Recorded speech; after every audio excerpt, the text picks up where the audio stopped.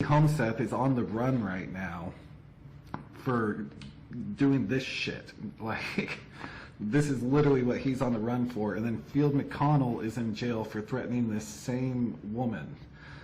So right off the bat, these two guys that claim they talked to President Trump literally say that they speak to him and they're just one person away from him, are in jail and are on the run. If you don't see a problem there, this is one of those times where I can't feel that bad for you. Unfortunately, they don't know the president. There is no Pentagon pedophile task force, even though they've even had some pretty large following, different journalists and whatnot, independent media like this, I think it's Sarah Westall or some shit like that. I'll get to her at some point, not tonight, but another point, that they're supporting this ludicrous idea. And like Kirk Pendergrass is all over saying that the reason why the Pentagon won't come forward and support them and say, yes, they are part of the Pentagon pedophile task force is because the government has secret agencies, and so they got to keep it a secret. But Kirk is allowed, and Timothy and Field are allowed to go all over the internet and talk about it because that's how secret of an agency it is. It's very bizarre all around. It's a very, very bizarre claim to even make. And we can even go, this is one thing, and just so everybody can see, I guess you can't really see here, we'll put it on pedophile. So I'm just doing a basic Google search for the Pentagon Pedophile Task Force. And if you'll notice, when you look through this stuff, everything ends up going back to Timothy Homeseth. There's nobody else claiming that this is an actual thing, that there's a Pentagon Pedophile Task Force. There's one group of people that are claiming this is a real thing, and it's the people that made it up. Like, these guys aren't in some special group that Trump picked out to take down pedophiles. That's not true. Like, Pentagon Pedophile Task Force archives, Field McConnell, aka Abel Danger, blah blah blah. That's Field McConnell, that's Timothy Homeseth. It's literally just the same people claiming the bullshit over and over again, and it's created this echo chamber where somehow people think that, I don't even know, that their own word is their evidence of what they claim. It's very odd. But so regardless, there's been some shit over this one, and there's one guy that really gets on my nerves, and that's one of the reasons why I'm doing this tonight. So Cynthia here was arrested the other day, and what is it? Kalispell, Montana. She actually had a warrant over in Douglas County, Colorado, from the Parker Police Department, and this warrant's been shown on Jane West's Northwest Liberty News show thing. But the thing is, he's kind of skipped around and not exactly shown what this warrant says. So this whole warrant, by the way, is in that article that I was just on that I did. That article is in the description. You can go read the arrest warrant affidavit for yourself, because, I mean, this is what it is. There's a lot of things that are going around, like people are saying that the police had the daughter cornered, and CPS had the daughter alone, and she told all this. That's not true at all. It very clearly says in the affidavit that the daughter had been telling her teacher this for a very long time, for weeks, before they even got another agency involved. This wasn't like some random report on Cynthia. Her own daughter came forward because she was worried that they were going to harm the foster family. As far as actual claims go, let's see. This was after her son was taken for allegedly Munchausen by Proxy, which now it's a fictitious order upon another, I believe. It's something, they changed the name recently, but it's Munchausen by Proxy, which is another thing that James White says does not exist. And that's why I went far enough as to also leave you guys a link at the bottom that actually explains Munchausen and explains that it is a real thing. He is right that it's rare and it's still very misunderstood, but it's a real thing. There's actually a pretty good amount of documented cases where he tries to make it sound like this is something that never happens. That's not true. And there's 60 different references, 60 different, turn up my volume. Why don't you turn up your volume?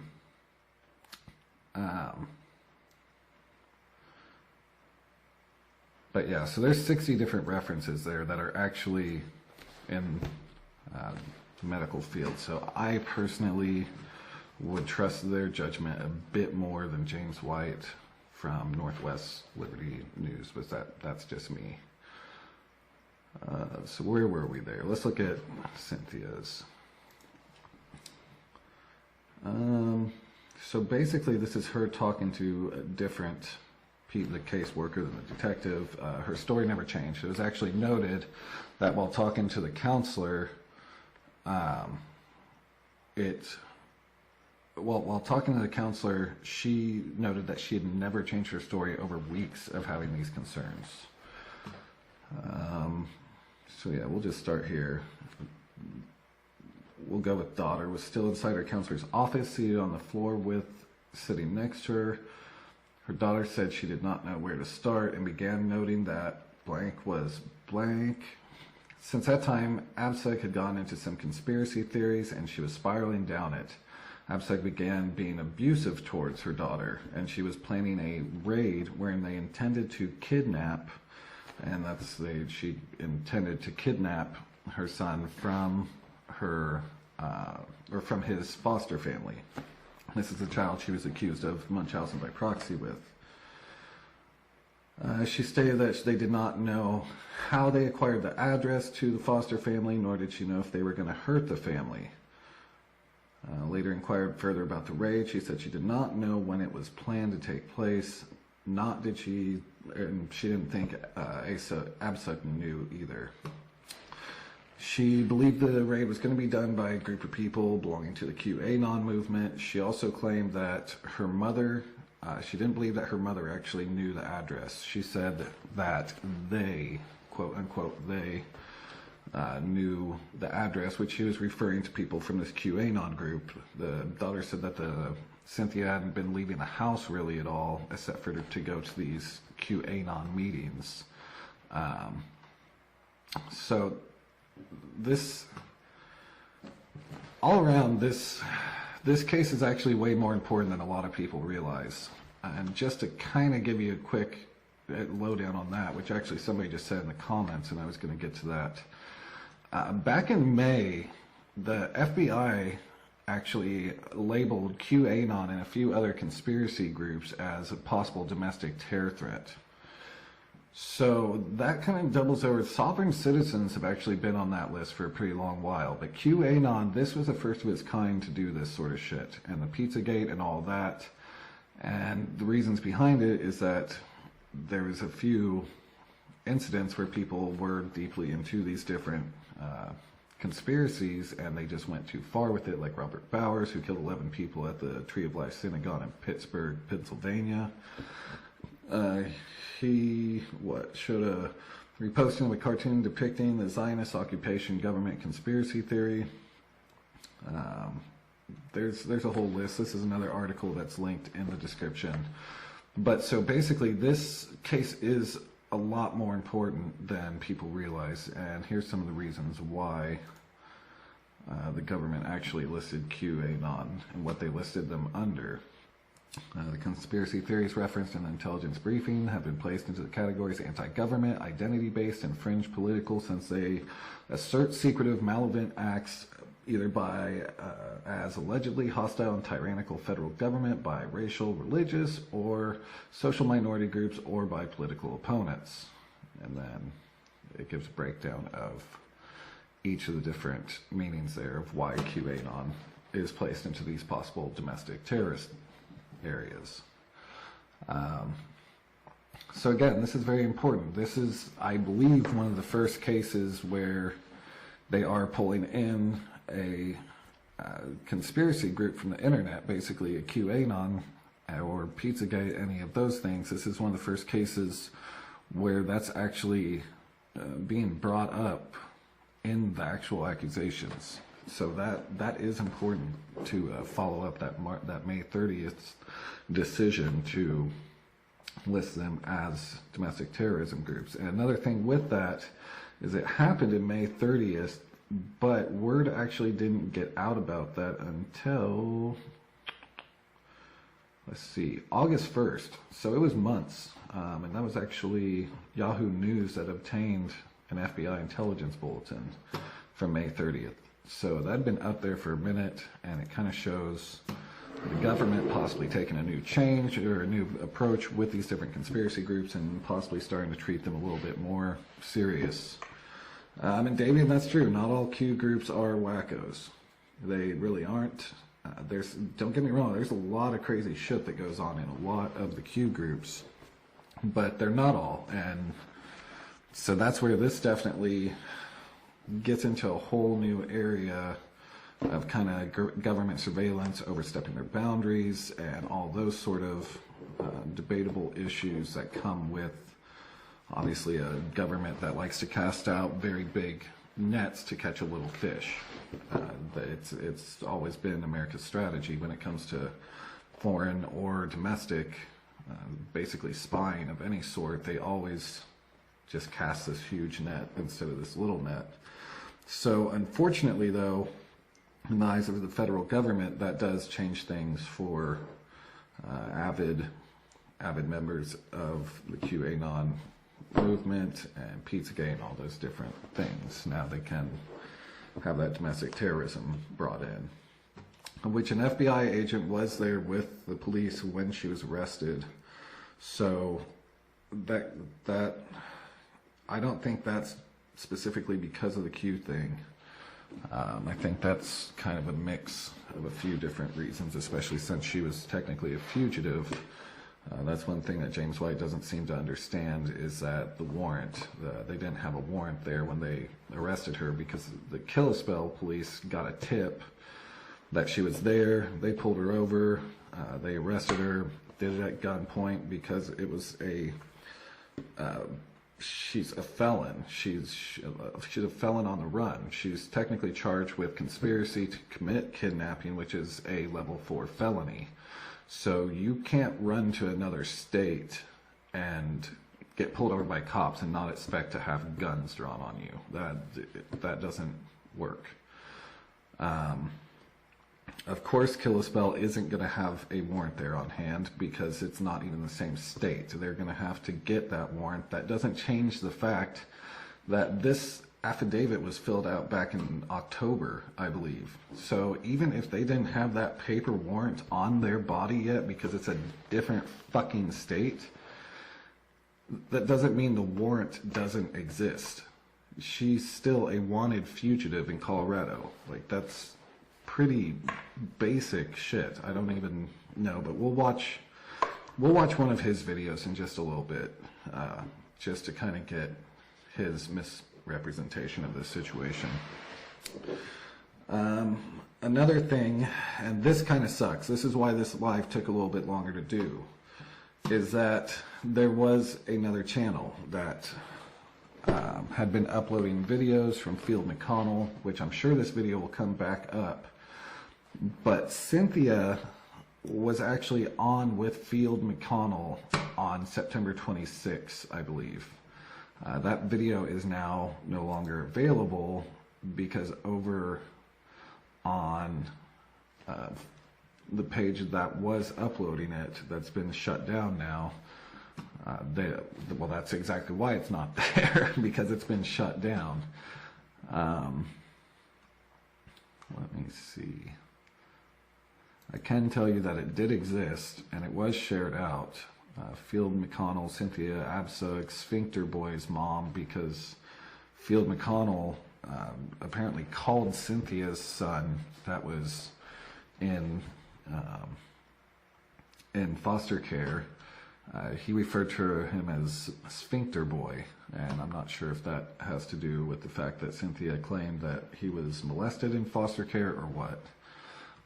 And then this Sarah Dunklin, there was 2 videos actually that were shared out. They were on YouTube, but unfortunately when you go to YouTube now, it does have that pulled down thing. So I'm trying to track down that video of Cynthia on with Field, and that's where Cynthia was talking about the pedophile task force and all this shit, and it definitely shows, it corroborates with what Parker police are saying, that she and her daughter, that's the thing at the end of the day where people like James White piss me the fuck off.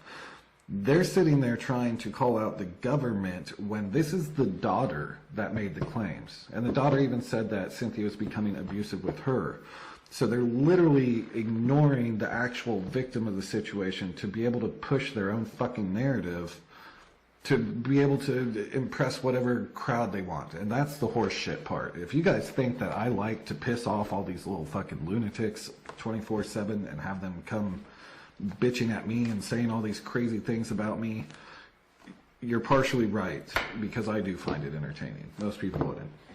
But the point of it is, there's other shit I could be doing, but these people are actually affecting people's lives.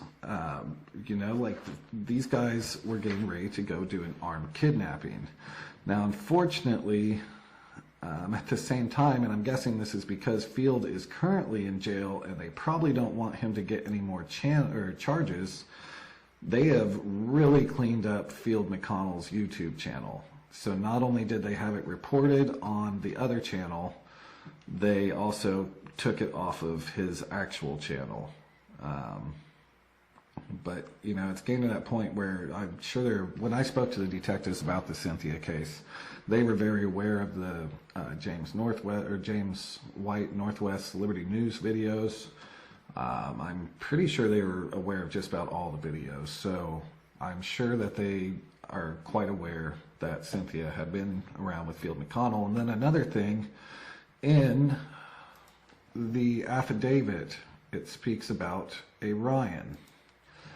There was an armed man, an armed guard named Ryan that was staying with them shortly before all of this went down. So, okay, yeah, see, I thought so. Because he told his mother his sphincter hurt, his foster parents told him that, okay, and so yeah, Field McConnell calls her son Sphincter Boy because he was positive. There was claims he was sexually assaulted or molested, which that's a great thing to refer to a child molesting victim as. Well, it's not really shut down. What they did was they did copyright claims. So copyright claim, YouTube's normally pretty good about that. And they got that whole channel shut down. Because what they were doing was they were putting up videos that had been deleted. So like I said, hopefully they'll put that back up. I'm actually trying to find the owner of that page. If anybody's watching this and knows the owner of the, I believe it was Glow Free, please feel free to have them inbox me on this page, because maybe we can figure out somewhere else to host that video. So anyways, Ryan, there's this blah blah blah, inquired about the male living at her home, stated the male's name was Ryan, but that was really all she knew about him. She said that Ryan flew in 1 to 2 weeks earlier to stay with them in Colorado for self-defense. Then explained that Ryan, her daughter explained that Ryan was an armed guard who was escorting Abcug and her kid everywhere they went. Her daughter said Abcug and Ryan had a gun. Her daughter described Ryan as being kind of tall and said he was either former military or a former cop. Ryan has big eyes and oval face, and he's slim. Her daughter believed Ryan was likely at the house at that time. Her daughter did not believe Ryan was being paid to be at their home, and he was just there to help. Ryan was staying on the couch on their main floor. So, at this point, 2 of Cynthia's kids are removed. First, the Munchausen by proxy son was removed, then the second kid was removed, and then at this point, her daughter's the only one that's still there.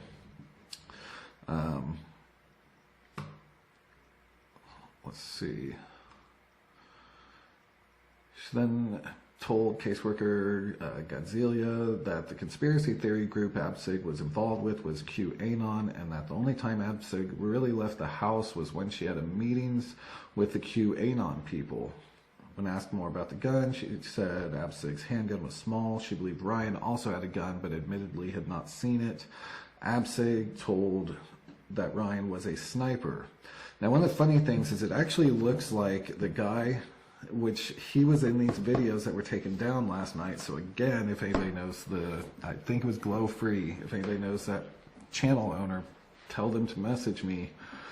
It seems like this Ryan that actually went to her house is actually Ryan Wilson, who is a friend of Field McConnell's. He's on Field's Lives, real weird looking little shithead.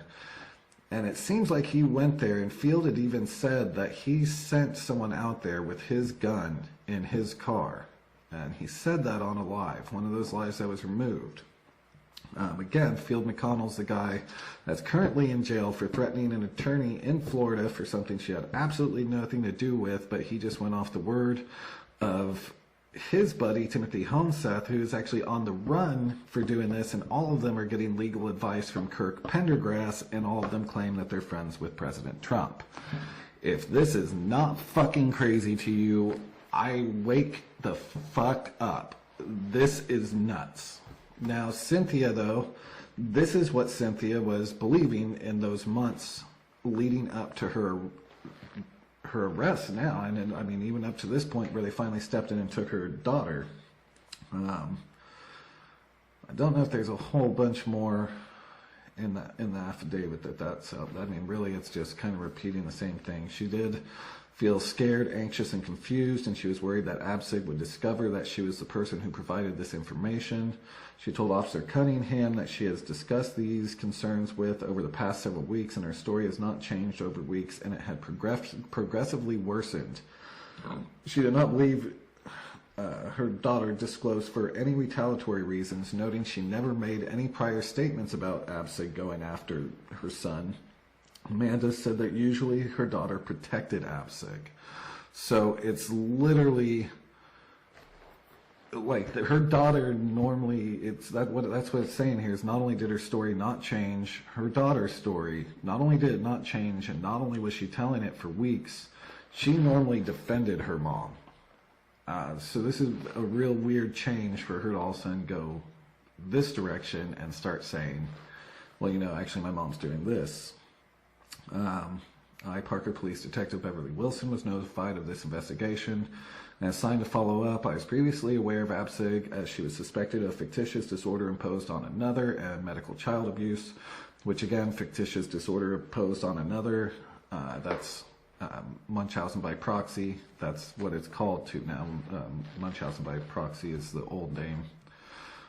Wherein blah is a reported victim. I requested Officer Cunningham that her daughter be brought to the police department in a forensic interview with Parker Police Detective Shannon Bruckbacher, who is also a certified forensic interviewer. In brief summary, she reiterated many of the same concerns to Detective Bruckbacher as she did to caseworker Godzilla, explained that Abcug exaggerated her son's medical illnesses and that he redacted from Abcug's care. Ever since they took her son, she has gone a bit crazy trying to figure out how to get him back. She explained that Abcug got involved with QAnon and that Abcug has repeatedly talked about a raid to her and others wherein people from the QAnon group planned to kidnap her son. She expressed concern that people were going to be injured and that it was going to occur soon. She initially could not provide an exact date, but later said she believed the plan would be carried out before Halloween 2019. You have to remember that she was doing this in September. that she, like, all of this is from the last days of September when they decided to contact other agencies and whatnot. Her daughter reiterated her belief that people would be injured during the raid, as those people are evil Satan worshippers and pedophiles. Which, remind you, Field McConnell, Timothy Homeseth, Kirk Pendergrass, all of these crazy assholes, Fran, David, they all call everybody that goes against them pedophiles. Everybody's a pedophile. They're Satan worshippers because they're all sent from God. They're doing God's work. Everybody else is satanic and fucking pedophiles.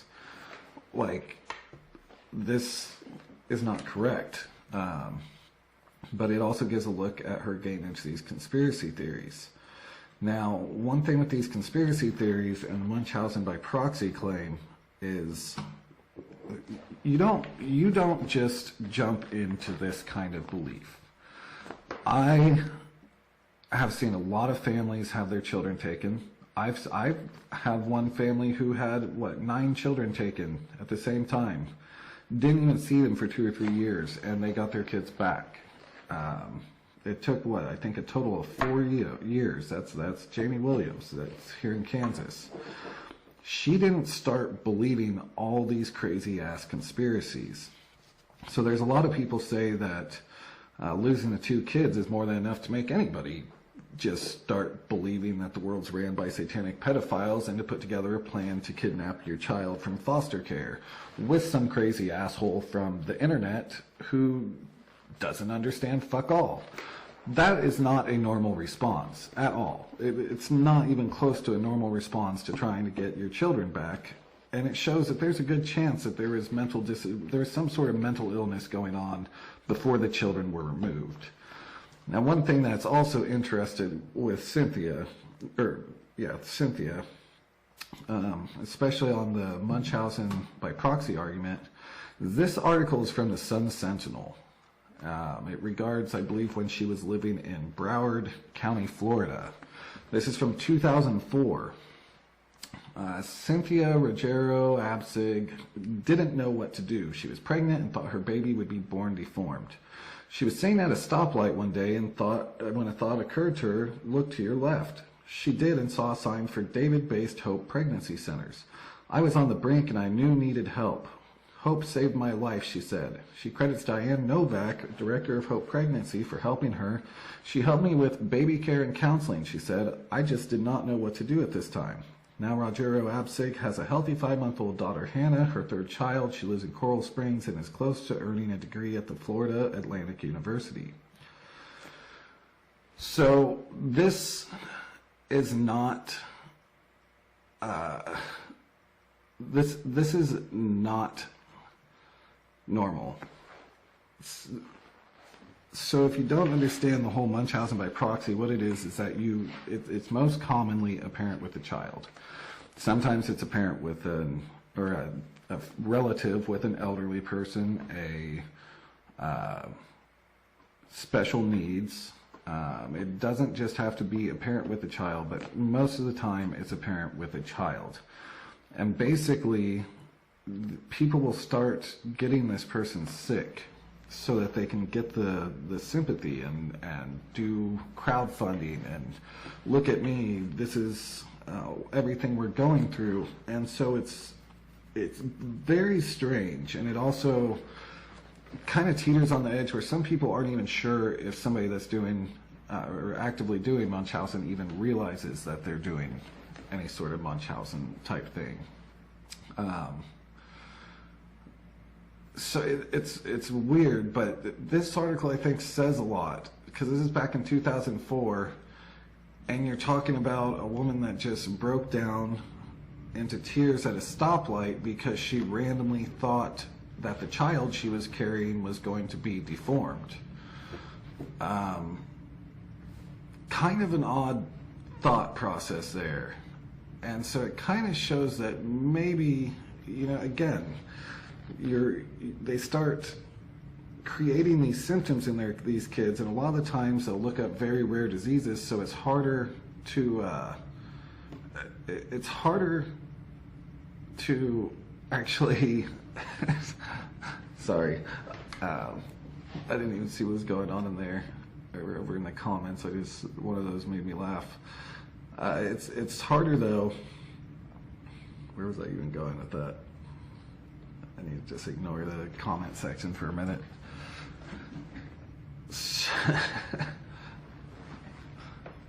Oh, GoFundMe for over 9,000. That's true. That's true. She actually did raise almost $10,000.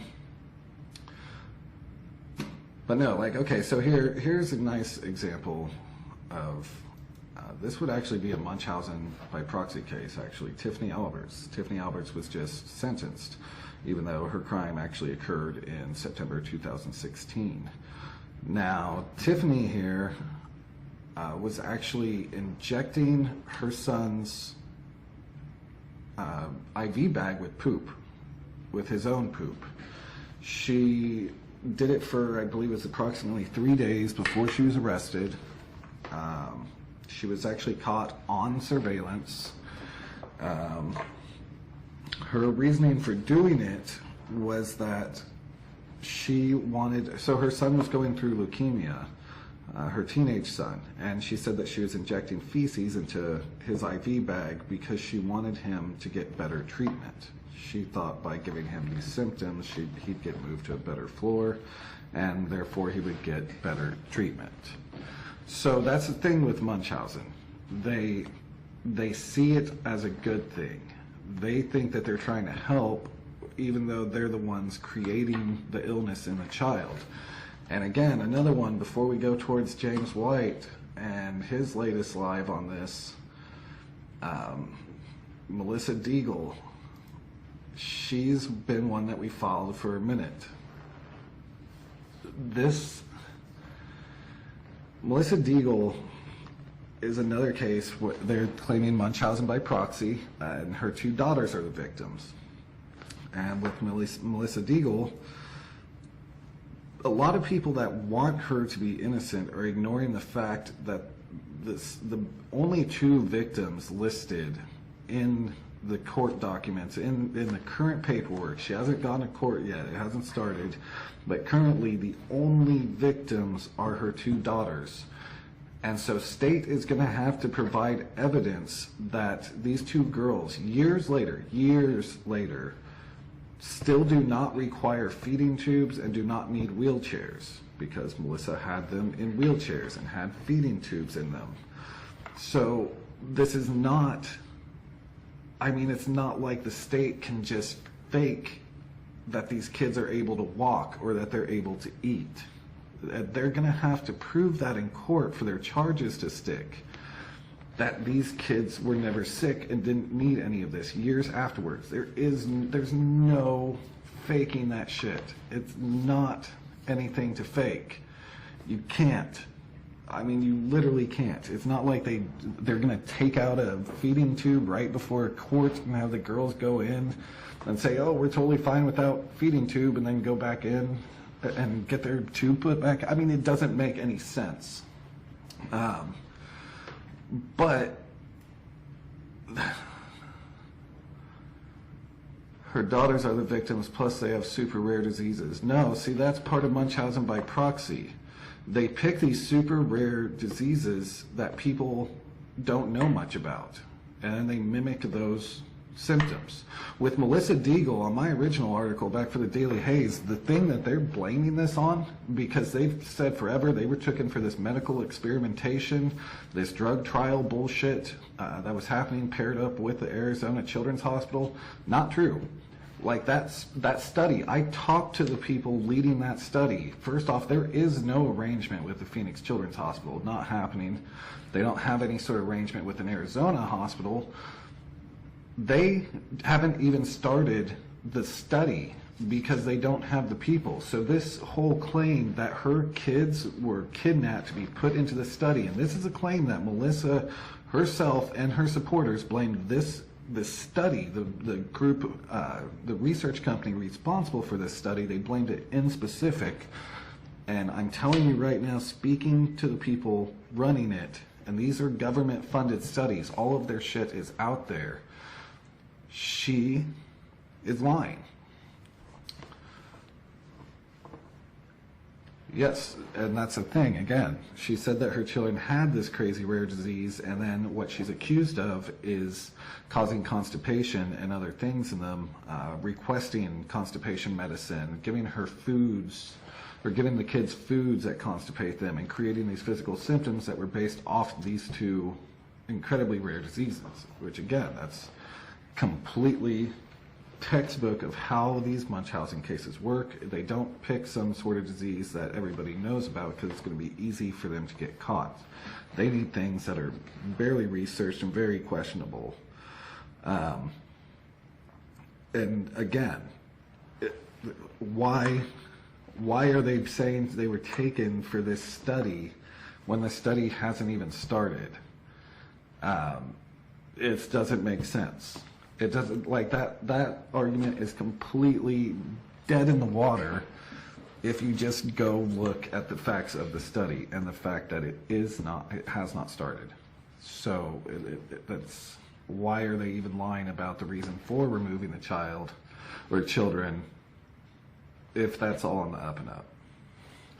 So Melissa Deagle, though, and also another thing, Melissa's a terrible person to try and look at, because this, and you know what, this actually goes into Northwest Liberty News too, because this woman, Melinda Sherwin was on his show, because that's another thing, is from what I can tell, him and Michael Volpe and a few others will literally talk to anybody. They don't seem to really give two shits of who the person is, as long as they're pushing the right narrative.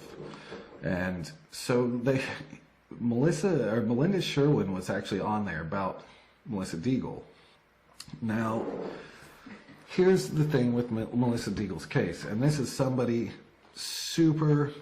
apparently super close, because she tried to file this miscus on